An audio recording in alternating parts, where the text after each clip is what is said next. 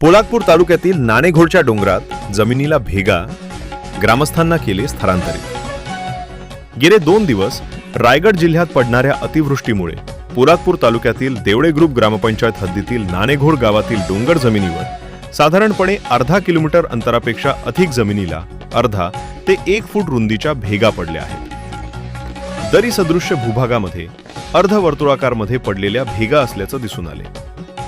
त्यामुळे आपत्ती निवारण व्यवस्थापनाचे प्रमुख व तहसीलदार कपिल घोरपडे यांनी नाणेघोड येथील ग्रामस्थांना सुरक्षिततेचा उपाय म्हणून स्थलांतरित केले आहे।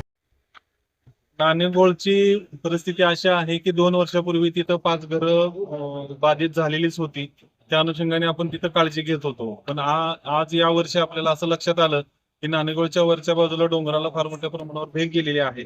तर आपण संबंधित सर्वच नाणेघोड वासियांना आपण विस्थापित केलेलं आहे। त्यांची जेवणा खाण्याची राहण्याची व्यवस्था केलेली आहे। तिथे देखील आपली प्राथमिकता हीच राहील की त्या सर्व गावाचं विस्थापन करून सुरक्षित ठिकाणी त्या सर्व गावकऱ्यांना घरकुलं देणं ही प्रशासनाची प्राथमिकता राहील।